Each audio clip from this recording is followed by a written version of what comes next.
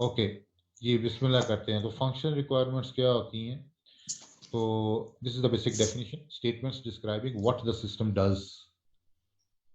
In simple words, जिस तरह name से जाहिर है फंक्शनैलिटी ऑफ द सिस्टम।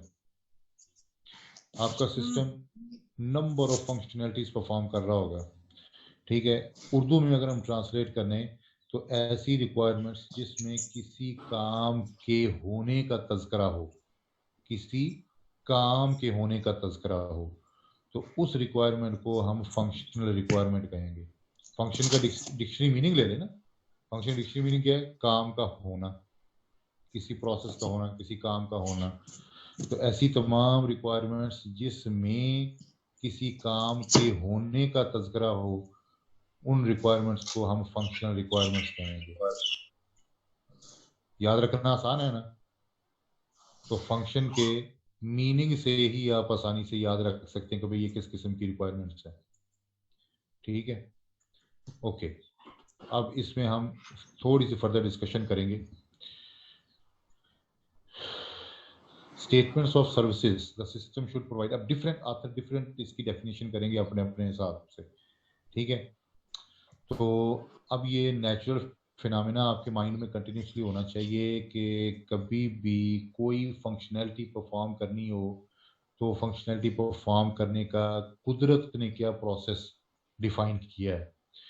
तो कुदरत का ये प्रोसेस है कि अगर आपने कोई भी फंक्शनैलिटी परफॉर्म करनी है तो डेफिनेटली वो प्रोसेस जो ये फंक्शनैलिटी परफॉर्म करेगा, उसको सर्टन इनपुट रिक्वायर्ड है टू परफॉर्म दैट फंक्शनैलिटी, ठीक है। एक वो इनपुट होगी, दूसरा फिर वो फंक्शनैलिटी परफॉर्म करने के लिए एक प्रोसेस होगा जिसको हम अपनी सॉफ्टवेयर की दुनिया में हम एल्गोरिदम कहते हैं।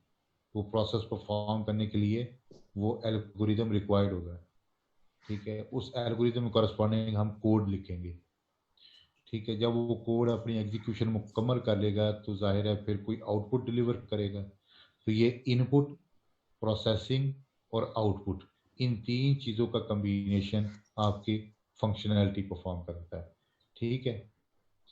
ओके, तो यही इस स्लाइड में उसने एलेबोरेट करने की कोशिश की है कि statements of services the system should provide, ठीक है। उसमें दो पॉइंट्स होंगे, रिएक्शन टू पर्टिकुलर इनपुट्स। अगर हम इनपुट देंगे तो उसके कॉरस्पॉन्डिंग में जो रिएक्शन होगा, what is that reaction? That processing, जो फंक्शन प्रोसेसिंग परफॉर्म करेगा, तो उसको उसने बिहेवियर भी कहते हैं ना इसको, कि बिहेवियर इन पर्टिकुलर सिचुएशंस, तो उस इनपुट के कॉरस्पॉन्डिंग वो कोड क्या बिहेव कर रहा है। तो डेफिनेटली जो हमने एल्गोरिदम, जो लॉजिक बनाई थी, जो एल्गोरिदम लिखा था, उसी कॉरस्पॉन्डिंग हमने कोड लिखा है। तो जो इनपुट देंगे वो कोड एग्जीक्यूट होगा, तो अल्टीमेटली उससे कॉरस्पॉन्डिंग फिर आउटपुट डिलीवर होगी। तो ये इनपुट, प्रोसेसिंग और आउटपुट, ये तीन चीज़ों का कम्बिनेशन हमारा फंक्शन डिफाइन करता है, ठीक है। तो ये हमारी फंक्शन रिक्वायरमेंट्स, तो एक आथर ने फंक्शन रिक्वायरमेंट को इस तरह से एलेबोरेट किया है। ओके, आगे अब फर्दर डिस्कशन चलती है। डिस्कशन में ये है कि अब एक सिस्टम में number of, may be hundreds और थाउजेंड्स, और सिस्टम बड़ा हो तो मिलियंस ऑफ फंक्शनैलिटीज हो, ठीक है। बड़े सिस्टम्स में मिलियंस ऑफ फंक्शनैलिटीज भी होती हैं। तो अब ये जितने भी एक सॉफ्टवेयर के अंदर, एक सिस्टम के अंदर फंक्शंस होंगे, वो डिफरेंट तरीके से इम्प्लीमेंट हो रहे होंगे। क्योंकि कंप्लीट सॉफ्टवेयर की एग्जीक्यूशन, वो सॉफ्टवेयर जो है किसी न किसी एप्लीकेशन के लिए हमने डेवलप किया है ना, तो वो एप्लीकेशन को परफॉर्म करते, जब वो सॉफ्टवेयर अपनी वर्किंग परफॉर्म करेगा, तो जो नंबर ऑफ फंक्शंस हैं, नंबर ऑफ प्रोसेसेस हैं, उनमें से कुछ प्रोसेसेस सीक्वेंस में एग्जीक्यूट हो रहे होंगे और कुछ पैरेलल एग्जीक्यूट हो रहे होंगे according to the requirements of that system, ठीक है। प्रोसेसेस के सीक्वेंस में एग्जीक्यूट होना और पैरेलल एग्जीक्यूट होना, ये कॉन्सेप्ट सबको क्लियर है? अगर किसी को क्लियर नहीं है तो बता दें, मैं क्विकली इसको क्लियर कर दूं।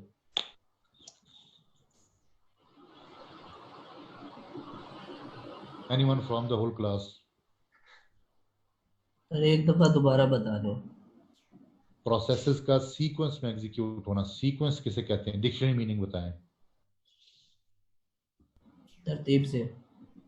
तरतीब से, यानी एक के बाद दूसरा, दूसरे के बाद तीसरा, तीसरे के बाद चौथा, चौथे के बाद पांचवा, इसको कहते हैं सीक्वेंस में। ठीक है। और जो प्रोसेस सीक्वेंस में चलते हैं वो एक दूसरे पे डिपेंडेंट होते हैं, ऐसे ही है ना। यानी पहला प्रोसेस चलेगा, उसकी जो आउटपुट आएगी वो उससे अगले प्रोसेस की इनपुट बनेगी। तो जब जब तक पहले की आउटपुट नहीं मिलेगी, अगला प्रोसेस अपनी एग्जीक्यूशन स्टार्ट कर ही नहीं सकता, क्योंकि उसको इनपुट मिलेगी नहीं। इनपुट मिलेगी तो एग्जीक्यूशन स्टार्ट करनी है ना। तो सो एंड सो फोर्थ, ये है सीक्वेंसिंग में प्रोसेसेस का एग्जीक्यूट होना। ये कॉन्सेप्ट क्लियर हो गया? Yes sir. Yes sir. ठीक है। अब पैरेलल एग्जीक्यूट करना है। तो बाज फंक्शनैलिटीज ऐसी होती हैं जो आपस में डिपेंडेंट नहीं होती, आज़ाद होती हैं, सादा अल्फाज में। यानी उसका एक फंक्शनैलिटी का दूसरे से कतन कोई ताल्लुक नहीं होता। तो क्या हम अपनी लॉजिक ऐसी डेवलप कर सकते हैं कि भाई ऐसे प्रोसेस जिनका आपस में कोई ताल्लुक है ही नहीं, यानी एक की आउटपुट दूसरे की इनपुट नहीं बननी, ठीक है, या उसकी आउटपुट इस इधर वाले की इनपुट नहीं बननी, वो आपस में आजाद है, दोनों का, दोनों फंक्शनैलिटीज का एक दूसरे से कतन कोई ताल्लुक नहीं है। तो क्या हम अपने सॉफ्टवेयर की एग्जीक्यूशन फास्ट करने के लिए दोनों प्रोसेसेस को पैरेलल एग्जीक्यूट ना करवाएं? लॉजिक होनी चाहिए ना, कि जो तो सीक्वेंस सीक्वेंस में चल रहे थे वो तो मजबूरी थी, भाई पहले ने एग्जीक्यूशन कंप्लीट करनी है तो अगले ने चलना है, क्योंकि पहले की आउटपुट अगले की इनपुट थी, वो तो हमारी मजबूरी थी सीक्वेंस में चलाना। अब जिन प्रोसेसेस के आपस में कोई डिपेंडेंसी है ही नहीं, एक की आउटपुट दूसरे की इनपुट बननी ही नहीं, दोनों का आपस में ताल्लुक ही नहीं, तो क्यों ना हम उनको पैरेलल एग्जीक्यूट करा दें, ताकि हम अपने ठीक। सिस्टम का मैक्सिमम बेनिफिट गेन करें और हमारे सॉफ्टवेयर की एग्जीक्यूशन भी फास्ट हो। कॉन्सेप्ट समझ सर में आ ये गया? टाइम भी कम लेता है टाइम कम लेगा ना अल्टीमेटली, पैरेलल। दोनों पैरेलल चल रहे होंगे। तो अगर लेट्स सपोज एक प्रोसेस जो है वो 5 सेकंड में एग्जीक्यूशन कंप्लीट करता है, दूसरा जो है 3 में कंप्लीट करता है, दोनों को पैरेलल एग्जीक्यूट करते हैं, ठीक है। यस तो सर। अगर सीक्वेंस सीक्वेंस में करेंगे तो टोटल टाइम बनेगा 8 सेकंड, ठीक है। Yes sir. तो अगर हम पैरेलल दोनों को चला देंगे तो दोनों 5 सेकंड में दोनों ही एग्जीक्यूशन अपनी मुकम्मल कर लेंगे, यस ठीक सर। है। 3 सेकंड बच गए ना, ठीक है। तो बेनिफिट हुआ ना पैरेलल का, ठीक है। लेकिन मसला ये है कि पैरेलल हम सिर्फ वो चला सकते हैं जो इंडिपेंडेंट होंगे, आपस में डिपेंडेंसी उनकी नहीं होगी। और अगर डिपेंडेंसी होगी तो फिर मजबूरी है, हम उनको पैरेलल चला ही नहीं सकते, वो चलेंगे सीक्वेंस में। ठीक हो गया? ओके। इसी तरह एक और तरह के प्रोसेसेस होते हैं, उनको कहते हैं कंकरेंट प्रोसेसेस। ये नोट कर लें, यहाँ स्लाइड में यहाँ नहीं है लिखे हुए। उनको क्या कहते हैं? Concurrent processes. ये किस किस्म के प्रोसेसेस होते हैं? हाँ जी, कंकरेंट। ये ऐसे प्रोसेसेस होते हैं जो किसी हद तक पैरेलल होते हैं, यानी डिपेंडेंसी उनकी नहीं होती, लेकिन एक मकाम पे जाके एग्जीक्यूशन चलती जा रही, चलती जा रही, चलती जा रही, एक मकाम पे जाके यानी टाइम टी एम पे जाके एक प्रोसेस की आउटपुट दूसरे की इनपुट बननी है, ठीक है। वहां से डेटा जो है वो दूसरे प्रोसेस को शेयर होना है। तो वहां पे जो प्रोसेस अपनी एग्जीक्यूशन पहले कंप्लीट कर लेगा वो रुक जाएगा, वेट करेगा दूसरे का, जिससे उसने आउटपुट इनपुट लेनी है या जिसको उसने इनपुट देनी है, ठीक है। तो वहां पे जब दोनों की एट टाइम टी एम तक जब दोनों की एग्जीक्यूशन वहां तक कंप्लीट हो जाएगी, तो वो प्रोसेस उसको जो इनपुट देनी है, जो डेटा सेंड करना है वो सेंड कर देगा, फिर आगे दोनों जो है वो पैरेलल एग्जीक्यूशन स्टार्ट कर देंगे। ये कॉन्सेप्ट समझे? इस किस्म यस की प्रोसेसेस की एग्जीक्यूशन कंकरेंट एग्जीक्यूशन कहलाती है। यानी जिस हद तक वो पैरेलल चल सकते हैं उनको चलाओ, और जब एक से दूसरे को डेटा रिक्वायर्ड होगा वहां तक जिसने पहले एग्जीक्यूशन कंप्लीट कर ले वो वेट करे, और जब दूसरा अभी एग्जीक्यूशन कंप्लीट कर लेगा तो वो डेटा पासिंग जब हो जाएगी तो आगे फिर पैरेलल एग्जीक्यूशन स्टार्ट हो जाएगी। तो इसका भी तो बेनिफिट है ना, कि जितना पैरेलल चल सकता है उतना टाइम सेव करो, उनको पैरेलल चलाओ। जहां एक दूसरे को डेटा सेंड करना होगा वहां उसको वेटिंग कंडीशन में, जो पहले एग्जीक्यूशन वहां तक की कंप्लीट कर लेगा उसको वेट करे, दूसरा जो है जब वहां पर एग्जीक्यूशन कंप्लीट करेगा तो डेटा सेंड रिसीव कर ले, फिर आगे पैरेलल एग्जीक्यूशन चला दे। ठीक हो गया। तो इस कॉन्सेप्ट से भी हम अपने प्रोसेसेस को जो है वो फास्ट एग्जीक्यूशन जो है वो कर सकते हैं। ठीक हो गया। इससे भी टाइम सेव होगा। ये 3 किस्म के प्रोसेसेस हैं, यानी सीक्वेंस में एग्जीक्यूट होने वाले प्रोसेसेस, पैरेलल एग्जीक्यूट होने वाले प्रोसेसेस और कंकरेंट प्रोसेसेस। ठीक हो गया। तो ये फंक्शनल रिक्वायरमेंट्स को हम इस तरह से कैटेगराइज फर्दर कर सकते हैं कि कौन से फंक्शनल रिक्वायरमेंट्स ऐसी हैं जो सीक्वेंस में अप्लाई होंगी, कौन सी फंक्शनल रिक्वायरमेंट्स ऐसी हैं जो पैरेलल अप्लाई होंगी, और कौन सी फंक्शनल रिक्वायरमेंट्स ऐसी हैं जो कंकरेंट अप्लाई होंगी। ठीक है जी। ओके सर जी इसके अलावा जी बेटा। कोहेरेंट होते हैं प्रोसेस, वो भी इसमें इंक्लूड है या वो नहीं? कोहेरेंट आपकी प्रोसेस आपकी आवाज पहले कट कट के आ रही थी, दोबारा रिपीट करो क्वेश्चन।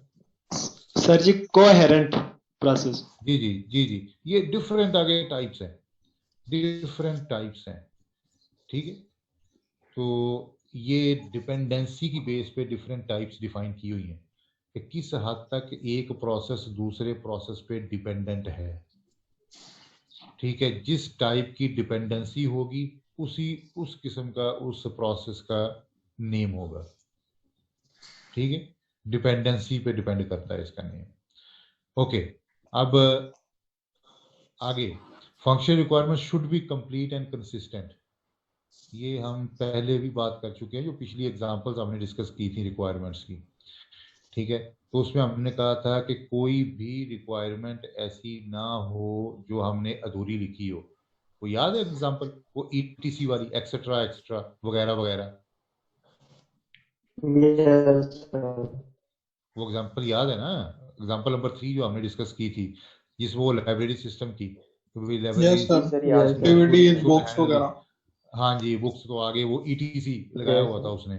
तो ईटीसी वगैरह वगैरह का मतलब क्या है कि that requirement is still incomplete.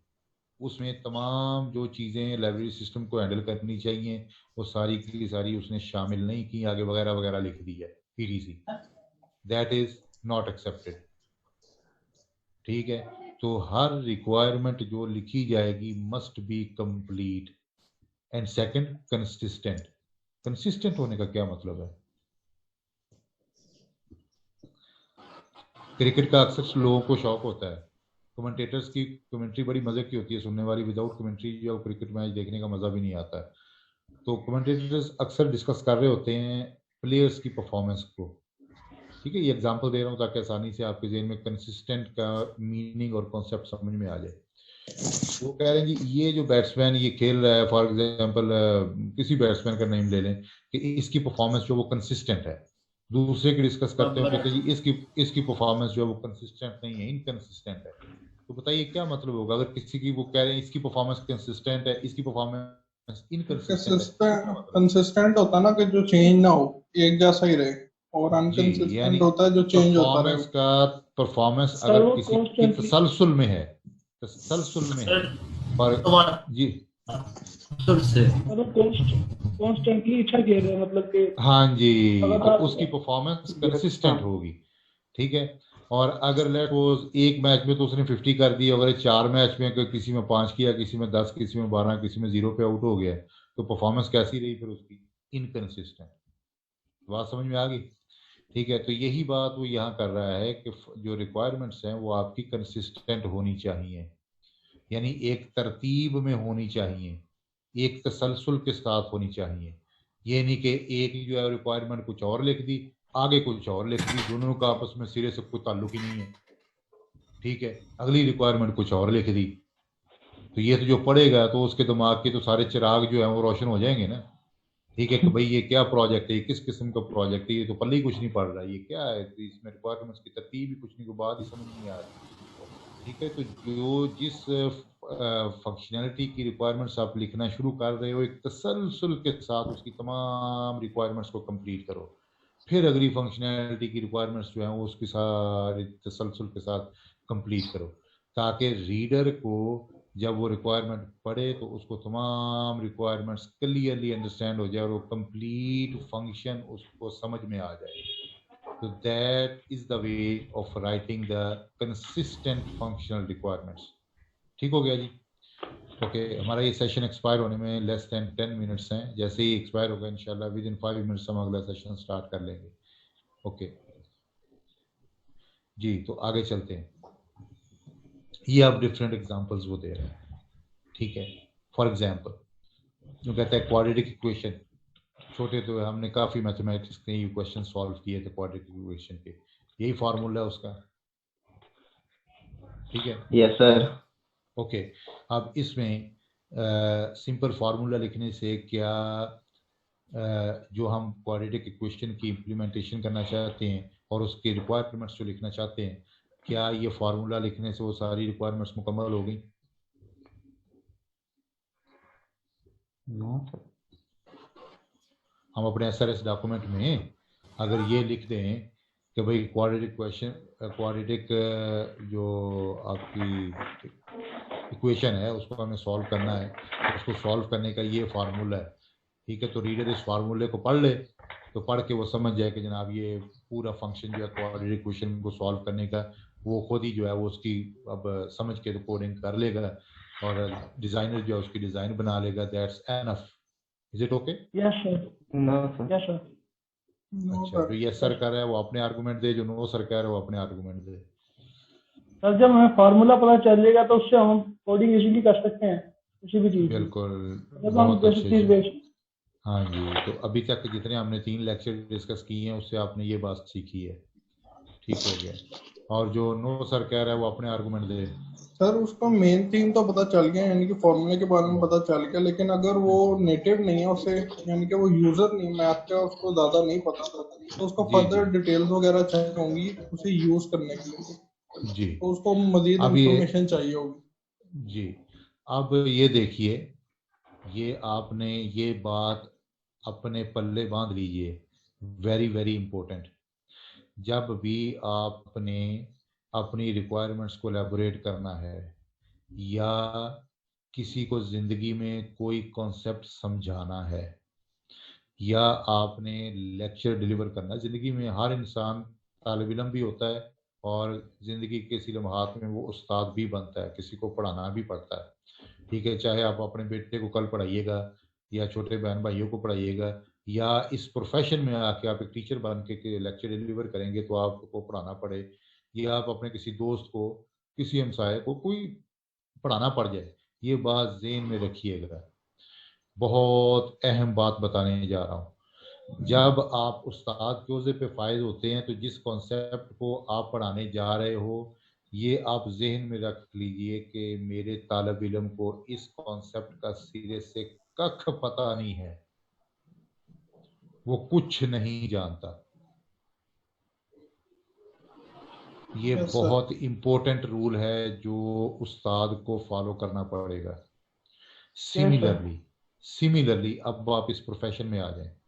जब आप कोई डॉक्यूमेंट लिख रहे हो, ठीक है, जब आप कोई काम कर रहे हो, कोई डॉक्यूमेंट लिख रहे हो या आप अपने सबॉर्डिनेट को कोई बात समझा रहे हो, ठीक है, तो ये एज्यूम कीजिए कि मेरे टारगेट ऑडियंस को, टारगेट रीडर को कुछ पता नहीं है. ठीक है, आपने उसको तमाम बातें क्लियर कट समझानी है. तो यहाँ पे हमें अब आ जाइए इस एग्जाम्पल पे. अब ये फार्मूला लिखने से तमाम बातें क्लियर नहीं होंगी. ठीक है, अब यहाँ पे हमें बताना होगा what should be the values of a, b and c, यानी all variables involved in this equation, and what will be the behavior of x. ठीक है, ओके. अब इनमें से क्या किसी वेरिएबल की कोई ऐसी वैल्यू तो नहीं है जो एक्सेप्शन जनरेट करने में रोल प्ले करे? वो भी आपको एक्सप्लिसिटली बताना होगी. फॉर एग्जांपल यहाँ डिवाइड का ऑपरेटर आ रहा है, तो अगर डिवाइडेड बाय 0 हो जाए तो क्या गुल खिलेंगे, ये मैथमेटिक्स में पता है. जब उसका कोड इंप्लीमेंट करेंगे, जब कोड इंप्लीमेंट करेंगे तो अगर डिवाइडेड बाय 0 आ जाए तो सॉफ्टवेयर क्या रोल प्ले करता है, क्या मैसेज कंपाइलर डिलीवर करता है सर, एग्जीक्यूशन सर, टाइम पे, ठीक है, तो ये पता है ना। ये सर एरर शो करेगा। हाँ जी, तो ये सारी बातें आपको रिक्वायरमेंट्स में लिखना होगी, ठीक है, तब जाके आपकी functional requirements about this function आपकी कंप्लीट होंगी और कंसिस्टेंट होंगी। अब बात समझ में आ गई सारी? Yes sir. Yes sir. ठीक है, तब जाके आपका काम मुकम्मल होगा, वरना इसका नुकसान क्या होगा? अगर डिजाइनर आपने जो बातें ये सोची जी यार ये फार्मूला मैंने दे दिया, अब अगला बंदा पढ़ के इसको सारा काम कर ही लेगा, तो लेट्स सपोज डिजाइनर इसकी इम्प्लीमेंटेशन के वक्त चूंकि आपने सारी फंक्शन रिक्वायरमेंट्स नहीं लिखी हुई, सिर्फ फार्मूला दिया हुआ है, अगर वो कोई बात मिस कर जाता है तो डिजाइन में कमी रह जाएगी, ठीक यस है। सर, आ जाएगी। तो डिजाइन में अगर कमी रह गई तो प्रोग्रामर ने तो डिजाइन को देख के प्रोग्राम लिखना है, तो जाहिर है प्रोग्राम में भी फिर डेफिनेटली वो चीज ट्रांसफर होगी, बल्कि हो सकता है और कुछ और नए गुल खिल जाए, ठीक है। तो जो सॉफ्टवेयर आपका बनेगा वो डेफिनेटली फिर आपका कमाल का बनेगा ना, जी सर। ठीक है। तो इसका मतलब ये है कि हम रिक्वायरमेंट्स के लेवल पे रिस्क ले ही नहीं सकते, हमने हर रिक्वायरमेंट को क्लियर, कंप्लीट और कंसिस्टेंट लिखना है, ठीक है। ये आज के लेक्चर का मेन सबक है जो मैं आपको पढ़ा रहा हूं। आगे चले, सर ठीक है। अब ये लेकिन अगर यूजर जो है जिसने मैं ये फॉर्मूला प्रोवाइड किया, अगर उसको इसके सारे रूल्स नहीं पता, वो खुद भी इसका नेटिव नहीं है, बस वो इसका सॉफ्टवेयर मांग रहा है, तो जो जो रिक्वायरमेंट रिक्वायरमेंट गैदर कर लिखने रहा है। वाला है बेटा, जो रिक्वायरमेंट्स लिखने वाला है उसकी रिस्पॉन्सिबिलिटी है हर बात को क्लियरली यहाँ मेंशन करे, वो नहीं रीडर सर, पे, पढ़ने वाले पे कोई बात छोड़े ही ना, कि व्हाट विल बी द यानी कि वो behaviour of extra X, what will homework be. भी करेगा। जी, एक्स्ट्रा होमवर्क भी करेगा कि जो स्टेक होल्डर ने नहीं बताया, फिर वो खुद से उसे देखेगा। बेटा जी, वो डोमेन एक्सपर्ट होने का क्या कॉन्सेप्ट था? जी सर, यही था ना याद डोमेन। याद नहीं पीछे, यही कॉन्सेप्ट है, ठीक है। तो कस्टमर जी ने, ये ह्यूमन साइकी है, आप किसी के पास भी इंटरव्यू करने जाएंगे वो आपको बात की इतनी तह तक जाके बातें नहीं बताएगा, जी बात समझ में आ गई? उसने तो जी आपको एक खास हद तक बातें बतानी है, बाकी आगे आपने खुद परसीव करके रिजल्ट कंक्लूड करके फिर उससे शेयर करनी है कि भाई आपसे जो मैंने इंटरव्यू कंडक्ट किया था उसके कॉरस्पॉन्डिंग मैंने ये बातें परसीव की हैं, एम आई राइट? जी ठीक है। तो कभी भी इंटरव्यू देने वाला आपको इतनी डिटेल में इंटरव्यू नहीं देगा कि आप उसकी वैसे ही मत बच जाए, ठीक है सर। हाँ जी। तो ये लेवल जरा जेन में रखिएगा। आगे नेक्स्ट स्लाइड जो है फंक्शन रिक्वायरमेंट्स की सारी बातें डिस्कस हो चुकी हैं, ये अब आपने खुद से पढ़नी है, ये एग्जांपल्स के साथ आगे वो फंक्शन रिक्वायरमेंट्स डिस्कस कर रहा है, ठीक है। तो जी सर। ये कमेंट्स हैं इस पे, जो एग्जांपल्स वो यहाँ पे डिस्कस कर रहा है। Notice the level of detail in different requirements described above, some are very detailed compared to others and some are very abstract level. तो requirements should be, three definition उसमें, should be clear, complete and consistent. ये तीन बातें जब requirements में होंगी तो हमारी बात मुकम्मल हो जाएगी, और अगर वो उसमें क्लैरिटी ना हो, वो कंप्लीट ना हो और वो कंसिस्टेंट ना हो तो गड़बड़ हो जाएगी। ओके, आगे चलें।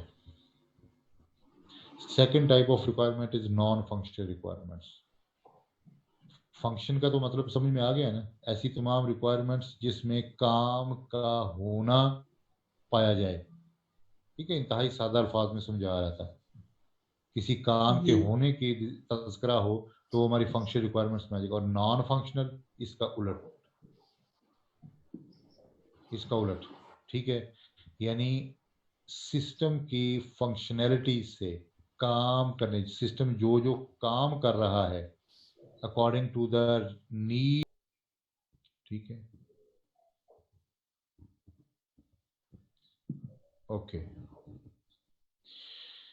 Non-functional requirements must be built into the framework of the software product, and failure to meet these requirements may make the whole system unusable.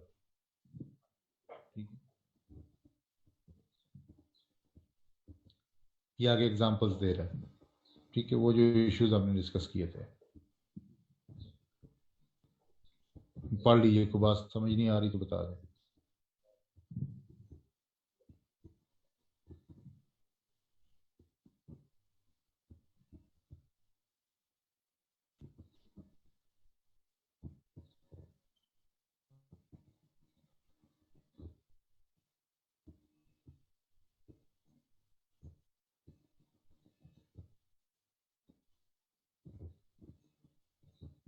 ठीक है, सर ये इंट्रोपैरेबिलिटी का मतलब क्या होता है?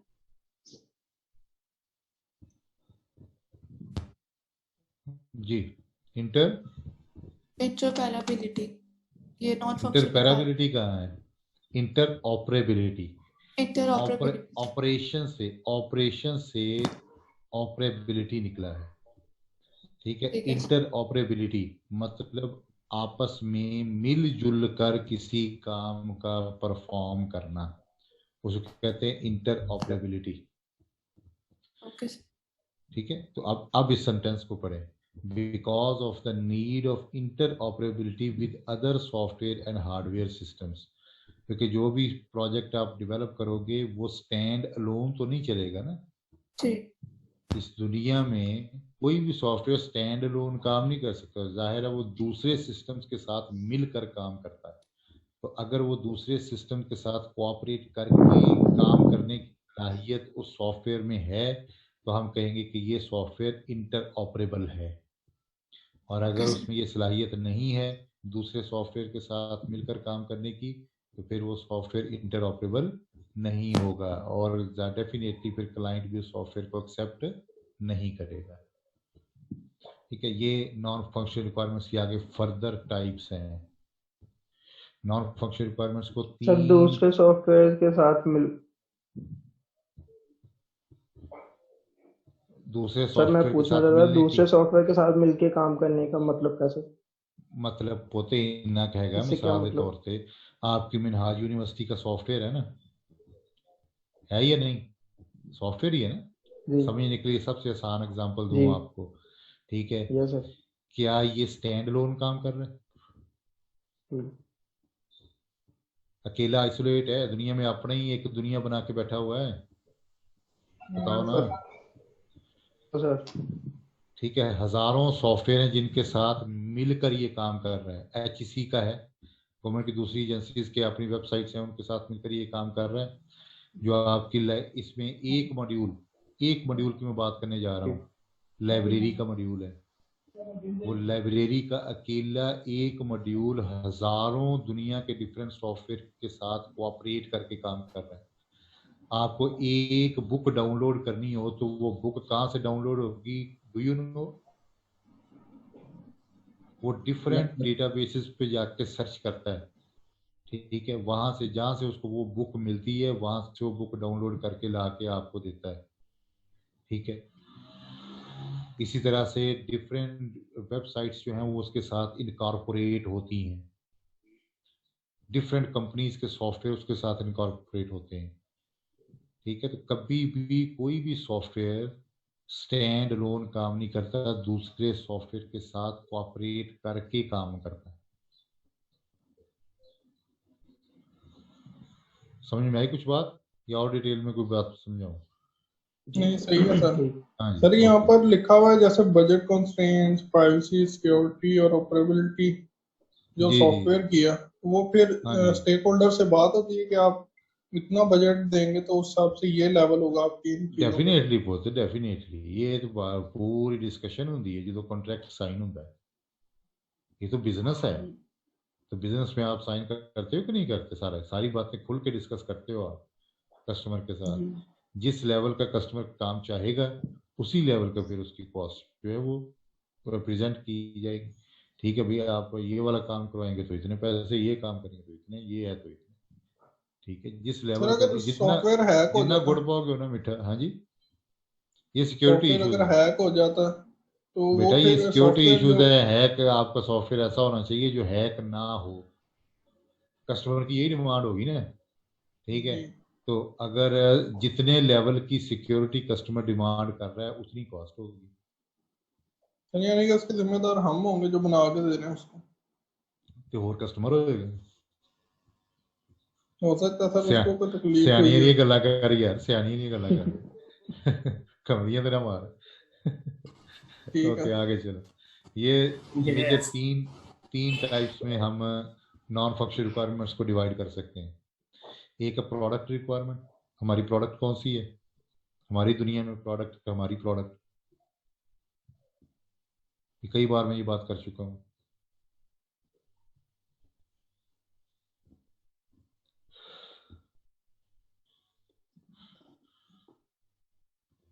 क्यों भी जमाल यूसुफ है,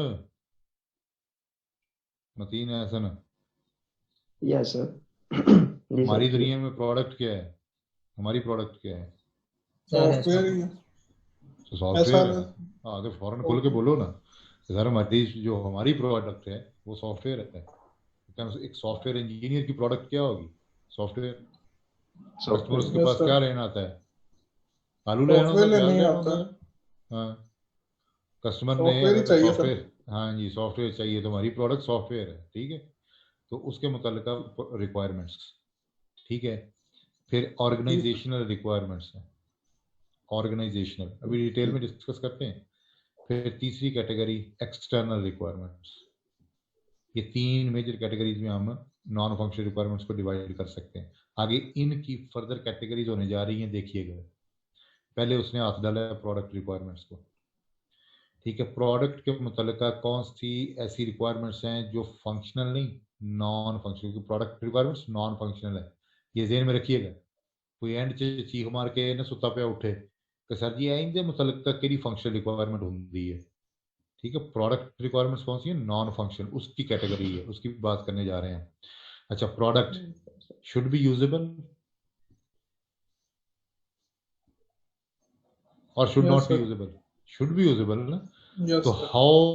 how yes sir. Development team make usable that product. ठीक है, तो उसके मुतल्लिका जितनी रिक्वायरमेंट्स होंगी those will be usability requirements. Second, efficiency requirements. Efficiency में परफॉर्मेंस भी आती है, स्पेस की यूटिलाइजेशन भी आती है। स्पेस कौन सी? कमरे दी सर मेमोरी जो होती है उसकी। Memory space. मेमोरी की, अल्लाह भला करे। Storage primary space. मेमोरी भी, सेकेंडरी मेमोरी भी, जी दोनों सर। स्पेस के इश्यूज हैं।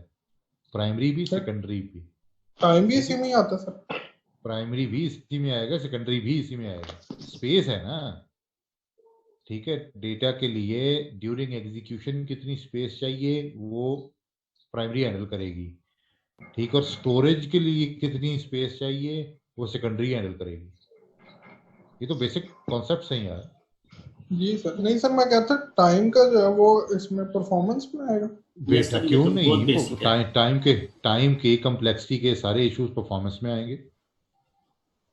ठीक है, जी ओके। आगे third type of requirements relevant to the product requirements, that is reliability.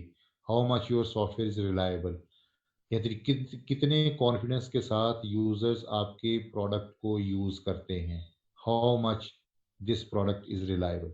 Are product is software, remember बार बार मैं कह रहा हूँ, यानी आपका सॉफ्टवेयर कितना रिलायबल है, कितने कॉन्फिडेंस के साथ उसको यूजर्स यूज कर रहे कितना हैं। भरोसेमंद है आपका सॉफ्टवेयर। डेफिनेटली, हाँ, उर्दू में अगर इंतहाई सादा अल्फाज में हम कहें। Yes sir. ठीक है, कितने एतमाद के साथ यूजर्स जो हैं आपके सॉफ्टवेयर को यूज कर रहे हैं।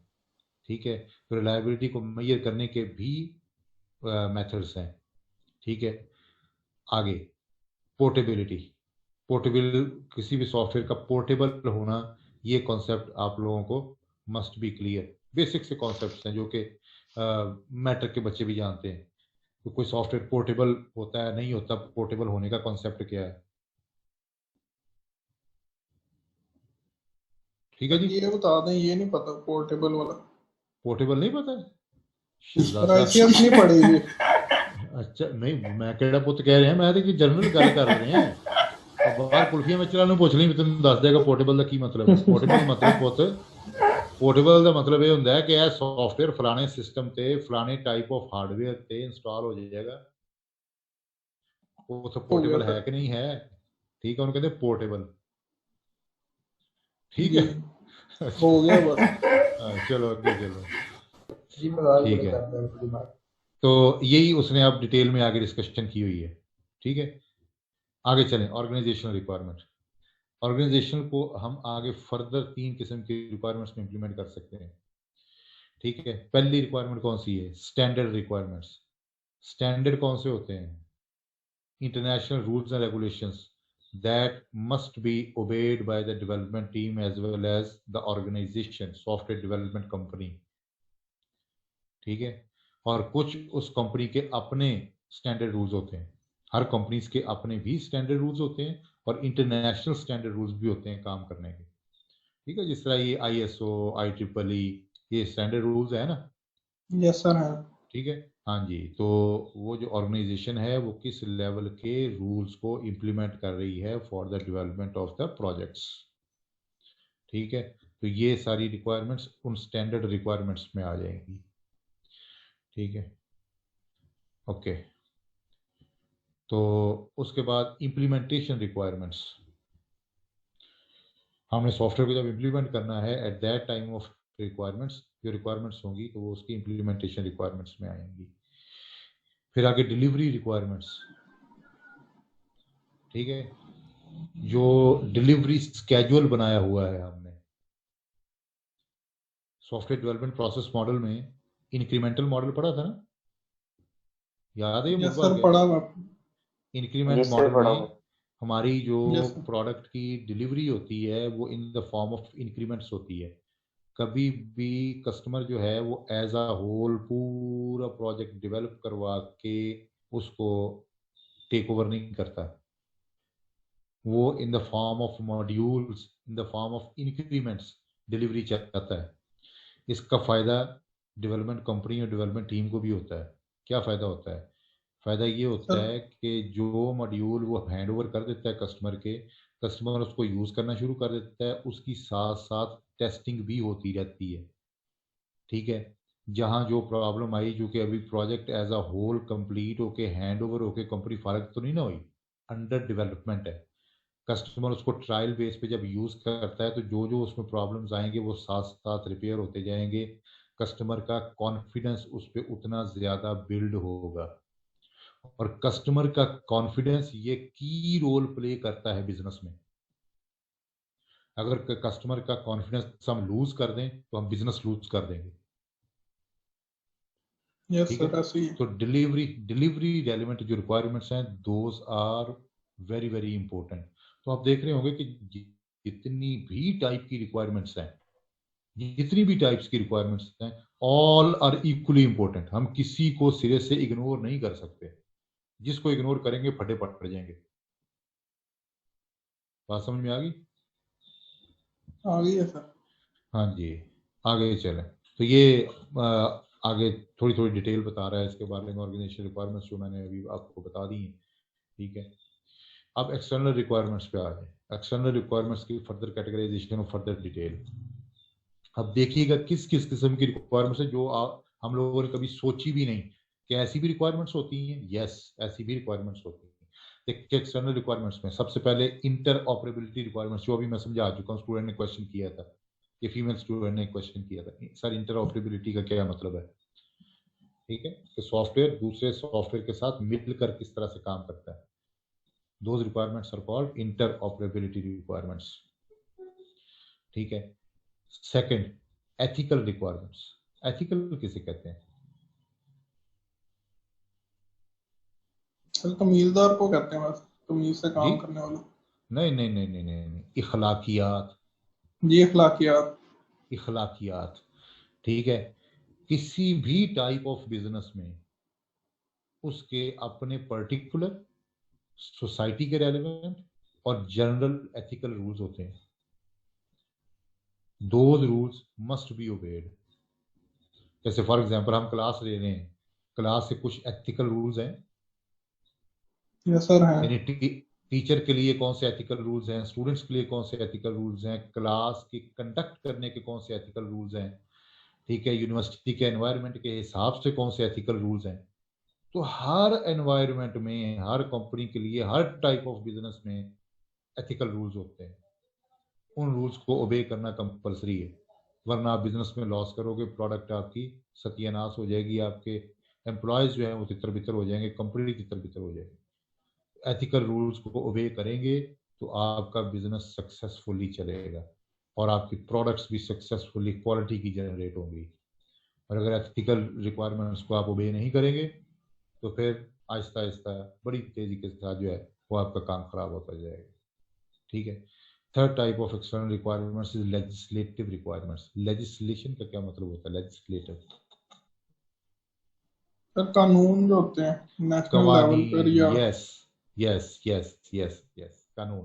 कानून किसी भी लेवल का, ठीक है, चाहे वो ऑर्गेनाइजेशन का अपना हो, यानी उस ऑर्गेनाइजेशन का जो मालिक है, जो मैनेजमेंट है, उसने जो कवानीन बनाए हैं, ठीक है, डेवलपमेंट टीम के लिए उनको ओबे करना जरूरी है। दूसरा, बिजनेस के रेलेवेंट जो लेजिस्लेशन है उनको ओबे करना कंपलसरी है। ठीक है।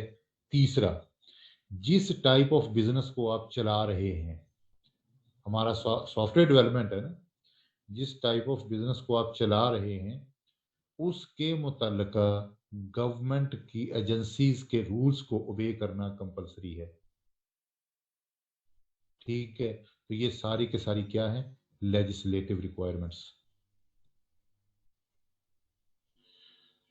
ओके, एनी क्वेश्चन सो फार?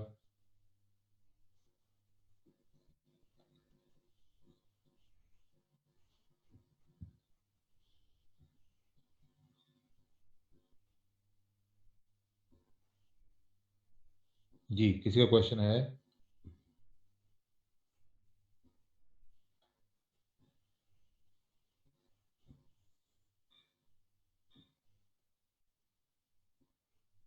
सर वो पीछे जो हमने ड्यूटी के बारे में थोड़ा पढ़ा था, उसके बारे में क्वेश्चन था, ये था मेरा कि जब अगर कस्टमर हम क्या बात करते हैं कि थोड़ा सा सॉफ्टवेयर बनाते हैं और डिलीवर कर देते हैं, साथ टेस्टिंग होती रहती है, और अगर हमें कस्टमर कहता है कि पूरा सॉफ्टवेयर कर दो, बाद में लिखूंगा मैं, यानी वो कस्टमर की टेस्टिंग के लिए नहीं कस्टमर